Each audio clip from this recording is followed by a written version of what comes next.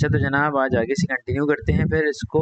और अब हमारे पास क्या है, अगला क्वेश्चन। अच्छा जी, अब क्वेश्चन नंबर 6 में ही हमसे कह रहा है the diagram shows the curve with the equation y equal to 9 upon 5x plus 4 to the power of 1 upon 2 and the line y equal to 6 minus 3x. The line and the curve intersect at a point P which has y coordinate 3, जिसका y coordinate जो है वो आपके पास क्या है, 3 है। Find the area of the shaded region. देखो बेटा, area of the shaded region निकालने का तरीकेकार क्या होगा। सबसे पहले आप जो है इस कर्व को यहाँ से कर लो ब्रेक। ठीक है, ये जो पॉइंट है इसका y कोऑर्डिनेट आपको मालूम है एग्जैक्टली कि वो 3 है, तो यहाँ से आप इसका x फिगर आउट कर सकते हो। और आपको शेडेड एरिया कैलकुलेट करना है, तो शेडेड एरिया आपके पास ये वाला होगा। अच्छा, यहाँ से अगर मैं देखूँ तो मेरे पास दो चीज़ें हैं एग्जैक्टली। अच्छा, अभी थोड़ा सा मसला क्या है कि मुझे ये पॉइंट भी चाहिए और ये पॉइंट भी चाहिए। ये पॉइंट तो मैं निकाल लूँगा बहुत आसानी से, लेकिन मैं फंसूँगा कहाँ पे, इस पॉइंट के ऊपर। इस पॉइंट के लिए मुझे इस लाइन की इक्वेशन निकालनी पड़ेगी जो कि यहाँ पर मौजूद है। और लाइन की इक्वेशन ऑलरेडी दी है, सॉरी। अच्छा, अब एक काम करते हैं कि सबसे पहले ना इसके एक्स इंटरसेप्ट कैलकुलेट कर लेते हैं और ये वाला एक्स का पॉइंट भी कैलकुलेट कर लेते हैं। जब लाइन का एक्स इंटरसेप्ट निकालेंगे हम, तो y equal to 6 minus 3x है, तो y is equals to x की जगह, y की जगह पर मैं 0 रख दूंगा, तो it will B 6 minus 3x। ये मेरे पास हो जाएगा 6 माइनस 3। लेकिन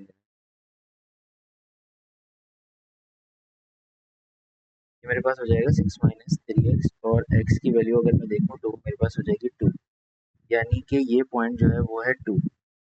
अच्छा, अब इसके बाद अगली चीज़ ये कि मुझे फिगर आउट करना है x का पॉइंट, तो मैंने y की जगह पे रखा 3, बिकॉज उसने मुझे बोला था कि p कोऑर्डिनेट का जो y है वो 3 है, तो मैंने उसकी जगह पे 3 रख दिया, divided by 9 into 5x plus 4 की पावर हो गई हाफ, और 5x प्लस 4 की पावर आपके पास हाफ है, और 9 डिवाइड बाय 3 जो है वो 3 हो गई।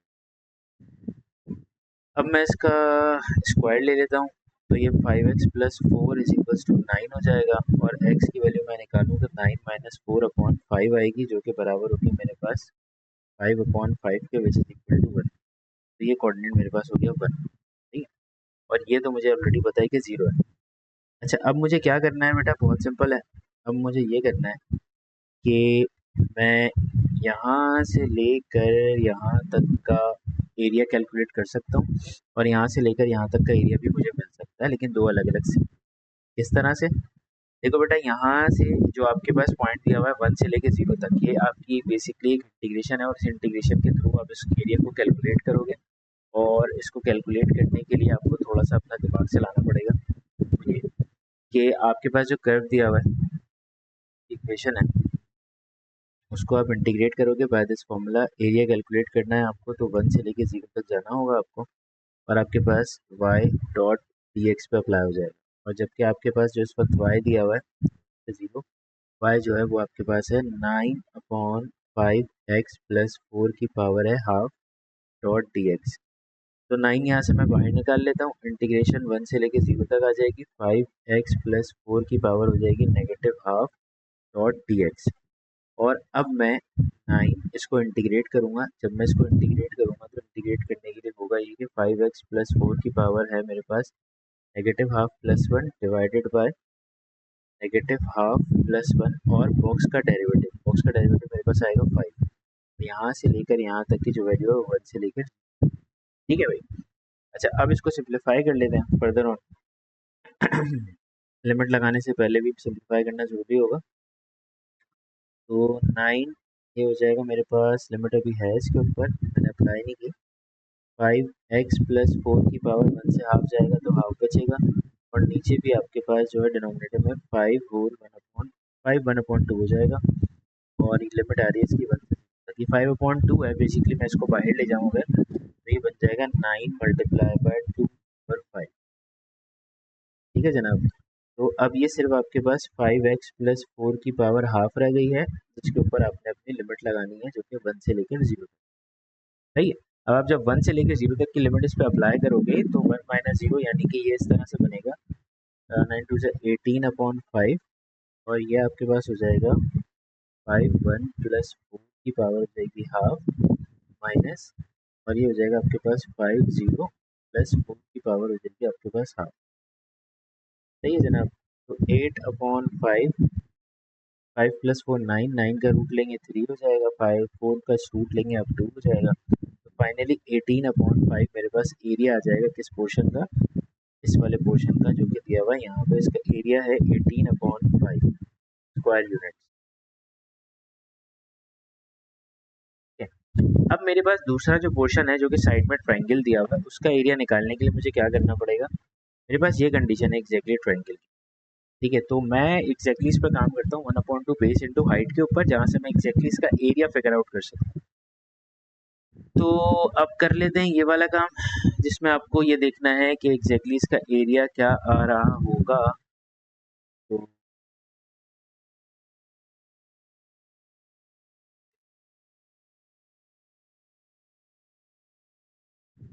तो आपको देखना है एग्जैक्टली इसका एरिया क्या आ रहा होगा, और एरिया के लिए आपके पास दिया हुआ ट्रायंगल है। इससे पहले पहले मैं ले लेता हूँ नीचे। पूरा नहीं खोलना, वहाँ पे पंखा रखा हुआ है।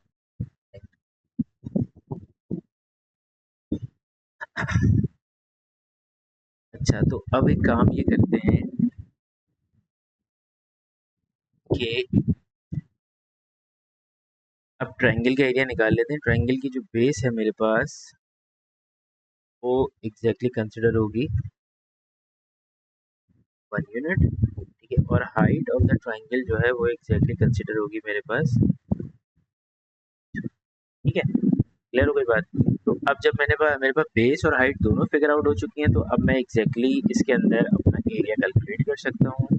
और इस वक्त एरिया कैलकुलेट करने के लिए जगह तो बहुत कम दी इन्होंने मुझे, तो फिर मैं इस पोर्शन को उठा के यहाँ पे लगाता हूँ और बीच में ड्रॉ करता हूँ लाइन।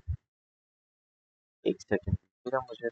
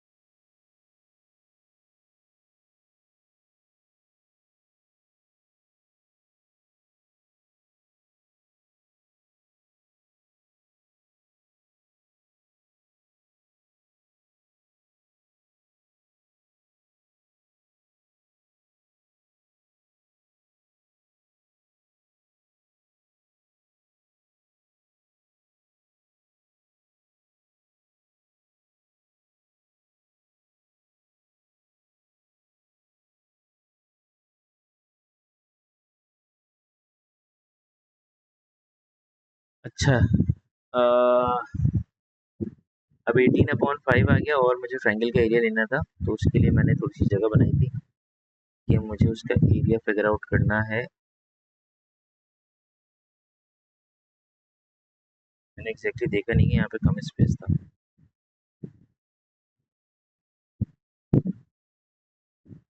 तो अब मैं एरिया ऑफ ट्राइंगल निकाल लेता हूँ,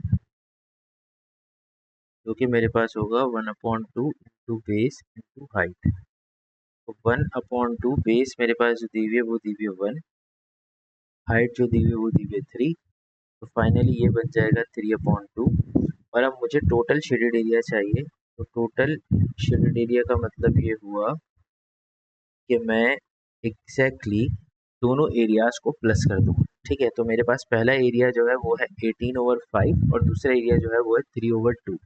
तो मैं 18/5 को प्लस कर दूंगा 3/2 के साथ, तो मेरे पास टोटल एरिया आ जाएगा, जो कि मेरे पास कैलकुलेटर अलाउड है तो मैं यूज कर लेता हूँ, प्लस 3/2।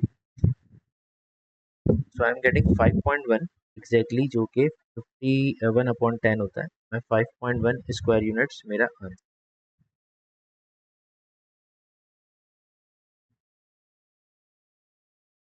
ठीक है, तो ये मुझे मिल गया। अब मैं चलता हूँ अगले पार्ट की तरफ। ये मेरे पास ये भी है आइडेंटिटी, इसमें कह रहा है prove the identity ten theta plus seven divide by ten square theta minus three and something like that. तो बेटा मैंने ये चीज़ इसमें सिखाई है हमेशा कि whenever we are solving the trigonometric identity तो हमेशा इस चीज़ का ख्याल रखना कि वो साइड पिक कर लेना जहाँ पे ज़्यादा से ज़्यादा फॉर्मूले लगाए जा सकते हैं, ठीक है। तो फॉर एग्जाम्पल अगर मैं गौर से देखूँ तो आपको शायद इसमें लग रहा होगा इस वक्त कि यार इसमें राइट साइड जो है वो बहुत ज़्यादा फॉर्मूले यूज़ कर सकती है, लेकिन ऐसा नहीं है, लेफ्ट साइड यूज़ कर सकती है। वजह क्या है उसकी मैं बताता हूँ। देखो बेटा, हमेशा याद रखना कि जो भी चीज़ ट्रिग्नोमेट्रिक आइडेंटिटी में होती है और जिस साइड को तुम पिक करते हो उसमें जितनी भी चीज़ें होती हैं उसको साइन और कॉस में कन्वर्ट कर दो। तो अब राइट साइड को मैं अगर देखूँ तो राइट साइड तो ऑलरेडी साइन और कॉस पे कन्वर्टेड है, तो इसमें किसी और फॉर्मूले के लगने की जगह ही नहीं बची। इसका मतलब ये हुआ कि मैं यहाँ से लेफ्ट हैंड साइड पिक करूंगा तो वो ज़्यादा मेरे करामत हो सकती है काम की। तो मैंने यहाँ पे क्या किया, स्टार्ट अपना क्वेश्चन किया, मैंने यहाँ लिखा टेकिंग लेफ्ट हैंड साइड और लेफ्ट हैंड साइड पिक करके मैंने अब कैलकुलेशन स्टार्ट की। तो मेरे पास टेन थीटा प्लस सेवन है और यहाँ पे लिखा हुआ है tan square theta minus three. अब उसूलन ये बन सकता है sine theta upon cos theta plus का सेवन, और ये जो है बन सकता है उसूलन sine square theta upon cos square theta minus का थ्री। और इसका नेक्स्ट स्टेप ये हो सकता है कि मैं उसमें एलसीएम ले लूँ।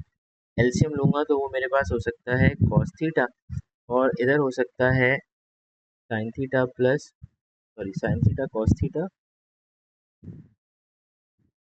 प्लस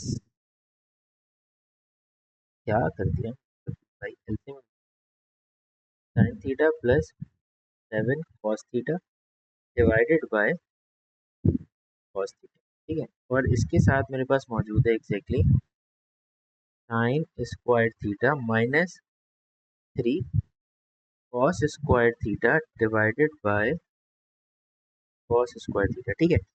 अब चूंकि ये दोनों फंक्शंस डिवाइड हो रहे हैं तो मैं एक ये काम कर सकता हूँ कि मैंने यहाँ लिखा sine theta plus seven cos theta divided by cos theta और multiply by cos square theta divided by sine square theta minus three cos square theta, ठीक है।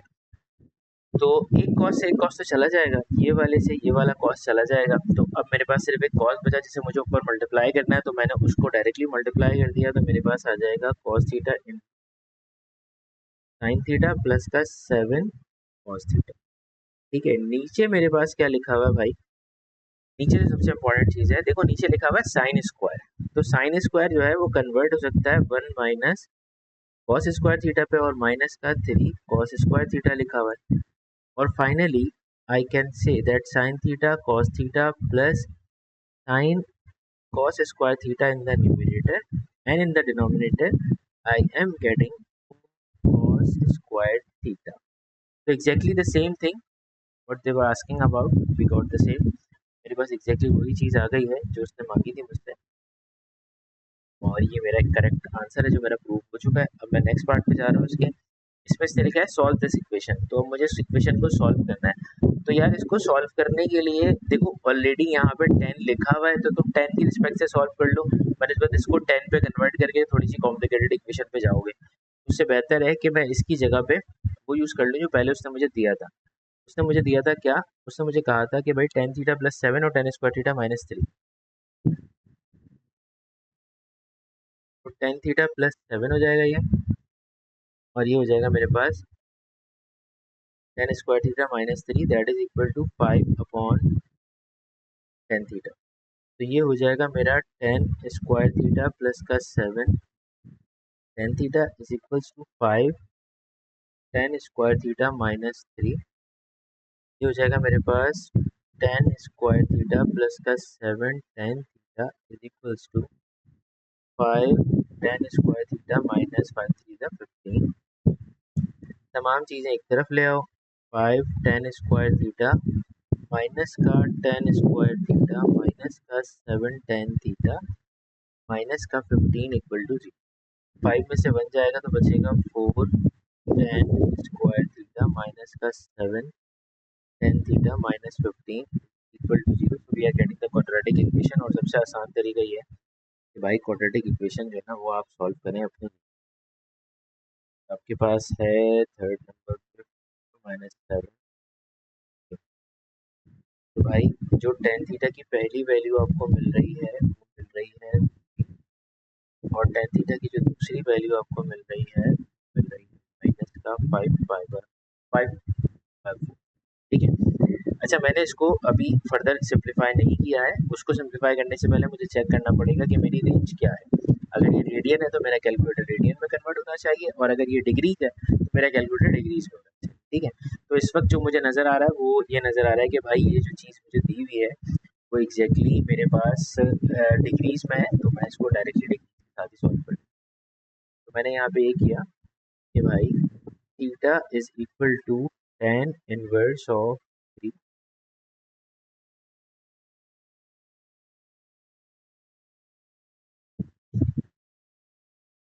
tan इनवर्स ऑफ 3, ये मुझे दे रहा है पहला angle 71.57 71.57 is my first angle. ठीक है। अच्छा, अब रही दूसरी बात कि दूसरा एंगल एग्जैक्टली क्या होना चाहिए और क्या होगा, वो भी आपको बता देते हैं हाथ के हाथ। Theta is equal to tan inverse of -5/4।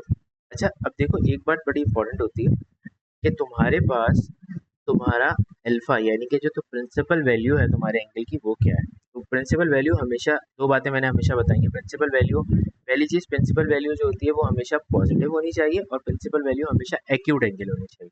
ये सबसे इंपॉर्टेंट चीज़ है जो आपको पता होनी चाहिए। ठीक है, तो 71.6 में अगर देख लूँ, मतलब मैं अगर इस एंगल को जो मुझे दिया हुआ था मैं उसे अगर राउंडेड ऑफ भी कर दूँ, it will be 71.6 according to the 360।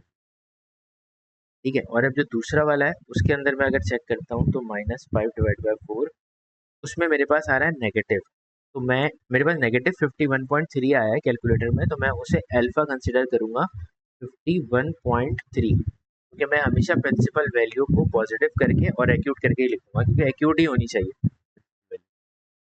तो अब थीटा जो है वो इसका मुझे निकालना होगा, और इसका थीटा मेरे पास है, तो मैं ऑलरेडी जाऊंगा किसके अंदर, मैं चेक करूंगा कि यार मेरे पास क्वाड्रेंट्स में क्या होता था। मेरे पास होता था all science teachers are crazy, यानी कि अगर मैं बात करता हूँ कि 10 पॉजिटिव है तो 10 पॉजिटिव इस क्वाड्रेंट में और इस क्वाड्रेंट में हो सकता है, जो कि फर्स्ट है, और मेरे पास दूसरा जो है थर्ड है।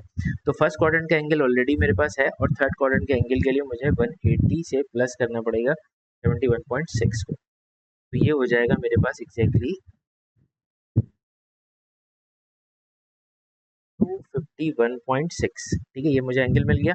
अब इसी तरीके से मेरे पास जो दूसरा था, दूसरा एंगल जो था 51.3 के लिए जो प्रिंसिपल वैल्यू थी, इसमें नेगेटिव आया था मेरे पास। तो नेगेटिव मुझे देखना पड़ेगा कि नेगेटिव मेरे कंपोनेंट्स में कहाँ पर है। नेगेटिव मेरा साइन यहाँ पे और यहाँ पे होगा, 10 यहाँ पे और यहाँ पे नेगेटिव होगा, दैट इज सेकंड क्वाड्रेंट और फोर्थ क्वाड्रेंट।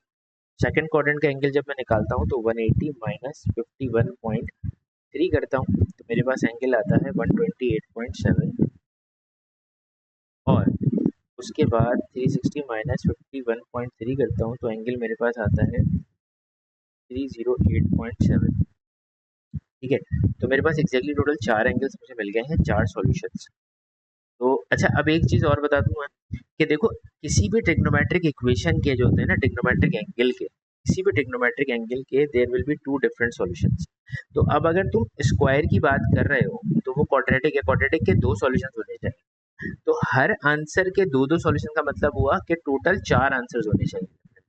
तो ये चारों के चारों आंसर्स मेरे पास आ चुके हैं, लेकिन अब मुझे क्या करना है, अब मुझे ये करना है कि मुझे देखनी है अपने सवाल की रेंज, कि मेरी सवाल की रेंज क्या थी। उसने मुझे कहा था 0 से 180 के बीच में चलना है भाई।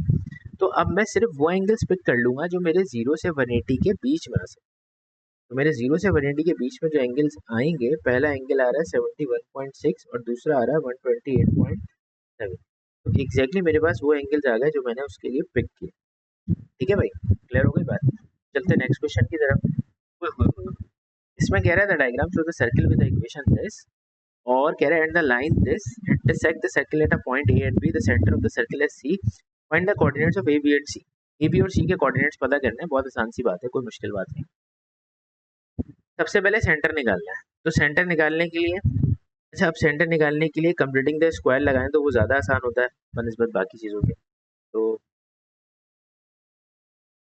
आपको मैं एक ही तरीका बता रहा हूँ, आप उसी को फॉलो कीजिएगा। वैसे एक तरीका और भी होता है जीएफसी वाला, लेकिन वो मैं बताना नहीं चाह रहा।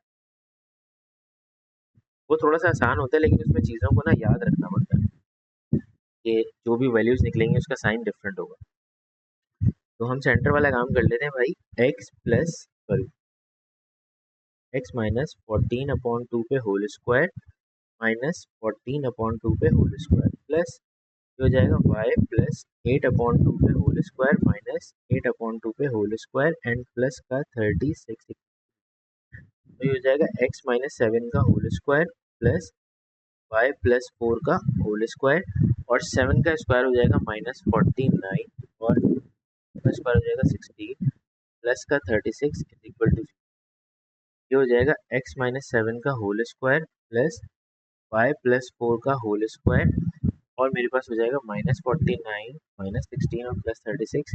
तो इट विल बी -29। तो ये हो जाएगा +29। ठीक है जनाब, तो ये मैंने कैलकुलेट कर लिया। अब मुझे क्या करना है कि कैलकुलेट कर ही चुका हूँ, तो मुझे अपना सेंटर आइडेंटिफाई करना है और सेंटर आइडेंटिफाई करने के लिए मैं सिर्फ इसको x minus A plus y minus B whole square equal to R square से कंपेयर करूंगा। तो मुझे c का कोऑर्डिनेट मिल जाएगा जो कि मेरे पास है एग्जैक्टली 7, क्यों? क्योंकि मैं जब a को कंपेयर करूंगा माइनस ए कंपेयर होगा -7 के साथ तो a बन जाएगा 7 और माइनस बी कंपेयर होगा +4 के साथ तो b बन जाएगा -4। तो आई गॉट द सेंटर। अब सवाल क्या है कि यार मुझे ये भी तो पता करना था a और b, तो इसके लिए मेरे पास लाइन की इक्वेशन दी हुई है और y-2 की लाइन थी तो y की वैल्यू ऑलरेडी है। मैं इसको यहाँ पे सब्स्टिट्यूट करता हूँ और अपना x निकाल लेता हूँ। तो मेरे पास जो इक्वेशन है वो है एक्स स्क्वायर प्लस वाई की जगह -2 रख देंगे हम और -14x और प्लस का 8 इंटू -2 प्लस का 36 इंटू 3। अब ये हो जाएगा मेरे पास एक्स स्क्वायर माइनस का 14x और उसके अलावा मेरे पास है +4 -16 और +36 equal to 4 -16 +36 that is equal to 24। X square minus का 14x प्लस का 24 इज इक्वल टू 0। ये क्वाड्रेटिक इक्वेशन आ गई और क्वाड्रेटिक का सॉल्यूशन कर लेते हैं हम। 1 माइनस 14 प्लस 24। एक्स की एक वैल्यू मुझे मिली है 12 और एक्स की दूसरी वैल्यू जो मुझे मिली है वो है 2। ठीक है, तो कोऑर्डिनेट निकालने हैं आपको। सी आपको मिल चुका था, तो ए जो होगा वो आपके पास होगा 2, -2 और बी का कोऑर्डिनेट जो होगा वो आपके पास होगा 12, -2। ठीक है, क्यों होगा -2 बेटा? क्योंकि इसके सामने यहाँ पे कोऑर्डिनेट आपके पास -2 ही होगा। ठीक, पहला कोऑर्डिनेट एक्स के लिए 2 हो जाएगा और दूसरा यहाँ पे 12। तीनों कोऑर्डिनेट्स निकालने के बाद वो कह रहा है find the area of the angle A C B in radians. A C B का एंगल आपको फिगर आउट करना है इन रेडियंस। तो अब देख लेते हैं ये डिस्टेंस और उसके बाद है ये डिस्टेंस। ठीक है, इसमें मैं आपको एक छोटी सी बात बता देता हूँ। क्योंकि ये इस वक्त एक कॉर्ड है, ठीक है, तो ये जो लाइन होगी ये यहाँ से यहाँ तक परपेंडिकुलर भी काउंट कर सकते हैं आप, लेकिन ये परपेंडिकुलर काउंट करने का कोई एज सच फ़ायदा मुझे नज़र नहीं आ रहा। लेकिन हाँ, एक थोड़ी सी आसानी हो सकती है, बल्कि फ़ायदा क्या फ़ायदा भी हो सकता है, मैं बताता हूँ कैसे। अगर मैं यहाँ से परपेंडिकुलर ड्रॉ करूँ इसके ऊपर तो ये एग्जैक्टली 90 डिग्री बनाएगा, जो कि सर्कल प्रॉपर्टी हम पढ़ के आए हैं ओ लेवल्स में, और जिन्होंने आसान किया हुआ है वहाँ भी पढ़ी। तो बेटा ये वाला जो एंगल है एग्जैक्टली जो यहाँ पे एग्जिस्ट कर रहा है वो तुमसे पूरा एंगल मांग रहा है, ये वाला यहाँ से यहाँ तक। पर तुम ये चुनना सा पोर्शन जो है ये एंगल निकाल कर अगर उसको डबल करोगे तो वो ऑलरेडी पूरा एंगल मिल जाएगा। तो मैं ये जो छोटा सा एंगल है इसको निकालने के लिए थोड़ी सी जद्दोजहद करता हूँ। वो क्या, ये देखो 2 मिनट पहले मैंने रेडियस निकाला था यहाँ पर। ठीक है, रेडियस पूरा नहीं निकाला था, लेकिन अगर मैं रेडियस निकालूं तो ये मेरे पास होगा √29। राइट, एक बात तो हो गई। दूसरी बात क्या है, दूसरी बात ये मुझे किस तरह से हेल्प आउट कर सकता है वो भी बता देते हैं आपको। देखो बेटा यहाँ पर अगर आप गौर करो तो एग्जैक्टली इस पॉइंट पे y पे लिखा हुआ है आपके पास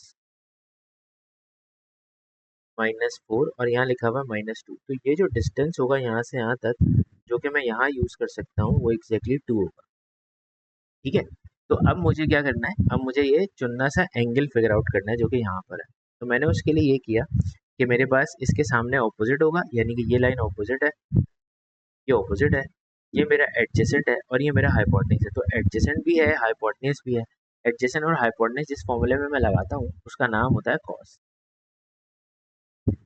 तो मैंने यहाँ पे अप्लाई कर दिया भाई अच्छे बच्चों की तरह कॉस, और ये हो गया cos theta equal to adjacent upon hypotenuse. तो मेरे पास थीटा हो जाएगा exactly cos inverse of 2 upon under root 29। ठीक है। यहाँ से मैं एक एंगल निकालूंगा, लेकिन मुझे कैलकुलेटर को अपने शिफ्ट करना पड़ेगा रेडियंस के अंदर। ठीक है, क्योंकि उसने मुझसे कहा है कि रेडियंस में चाहिए। Cos inverse of 2 upon under root of 2, cos inverse of 2 under root of 29 मैं अगर करता हूँ तो ये मुझे आंसर दे रहा है रेडियंस के अंदर 1.19। तो ये थीटा जो है ये 1.19 रेडियंस है। अब मैं ये करता हूँ कि मुझे पूरा एंगल चाहिए, तो पूरे एंगल के लिए मैं उसको मल्टीप्लाई कर दूंगा 2 से, डबल कर दूंगा तो वो पूरा एंगल मुझे दे देगा। तो मैंने क्या किया, मैंने किया 2 multiply by 1.19 and I am getting 2.38। तो थीटा मेरे पास, यानी कि जो मेरे पास ए सी बी का एंगल था वो बन गया 2.38 रेडियन। ठीक है जनाब, ये वाला काम हो गया हमारा। अब उसने हमसे नेक्स्ट पार्ट में क्या पूछा है वो देख लेते हैं। वो कह रहा था chord A B divides the circle into two segments. A B के कॉर्ड ने दो सेगमेंट्स में डिवाइड करते हैं सर्किल को। अच्छा, हम वो लेवल में पढ़ के आते हैं और भी बहुत सारे बोर्ड्स हैं जिसमें हम पढ़ते हैं, लेकिन सेगमेंट का ना एग्जैक्ट मतलब नहीं पता। मैं बताता हूँ आपको कैसे, क्या मतलब होता है सेगमेंट का। देखो बेटा, जब इस कॉर्ड ने ना लाइन खींच दी करके, ये कॉर्ड बन गया, तो इस कॉर्ड के बनने की वजह से ये जो पोर्शन है ना ये भी एक सेगमेंट है, और ये भी बचा हुआ पोर्शन है ये भी एक सेगमेंट है। पूरा हिस्सा जो होता है ना वो सेगमेंट कहलाता है। ठीक है, हम हमेशा समझते हैं कि ये वाली चीज सेगमेंट है। अच्छा, वो सेगमेंट की बॉर्डर होती है। अब वो कह रहा है the chord AB shares the two segment, find the area of the larger segment। अब वो कह रहा है लार्जर सेगमेंट का एरिया निकालो। यानी कि सीधी जबान में वो ये कहना चाह रहा है आपसे कि भाई तुम मुझे जो है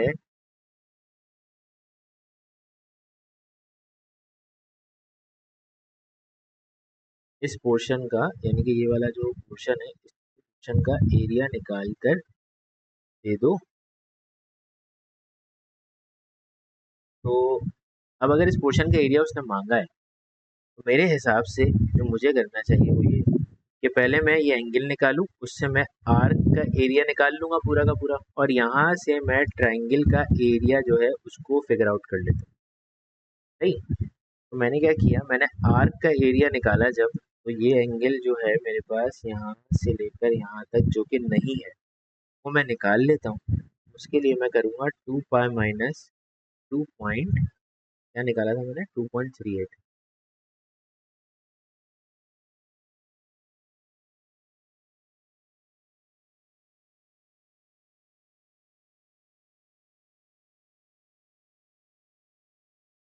तो ये एंगल आ गया 3.90। सही है भाई।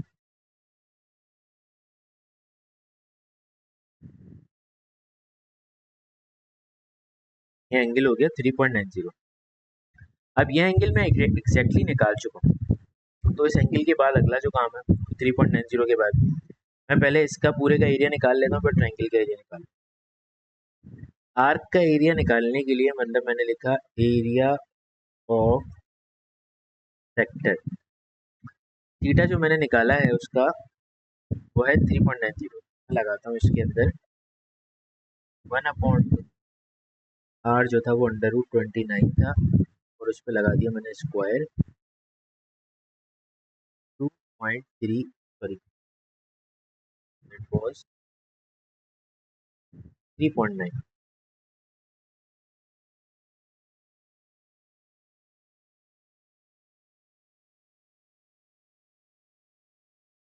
तो ये मेरे पास एग्जैक्टली आंसर जो आ रहा है वो आ रहा है 56.6।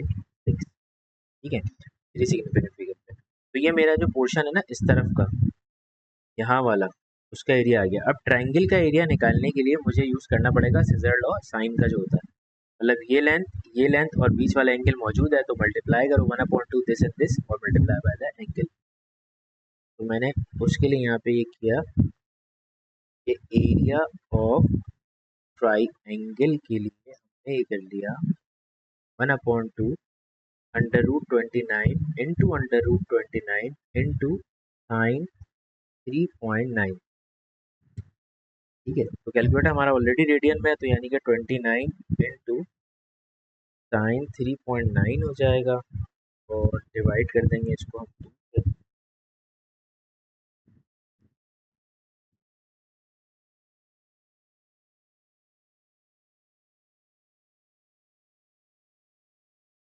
अच्छा, ये साइन 3.9 जो है, ओहो, साइन 3.9 नहीं लगेगा, बेसिक 2.38 लगेगा। मैं ट्रायंगल के एरिया की बात कर रहा हूँ।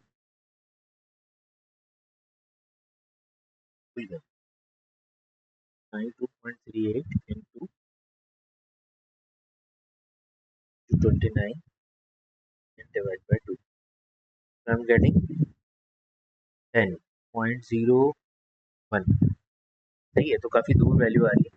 अब मैं देख लेता हूँ एरिया ऑफ लार्जर सेगमेंट, वो है 56.6 प्लस 10.01। तो ये हो जाएगा मेरे पास 56.6 प्लस 10.21 हो जाएगा मेरे पास 66.61। ठीक है, तो ये मेरे पास एग्जैक्टली आ गया है एरिया ऑफ लार्जर सेगमेंट।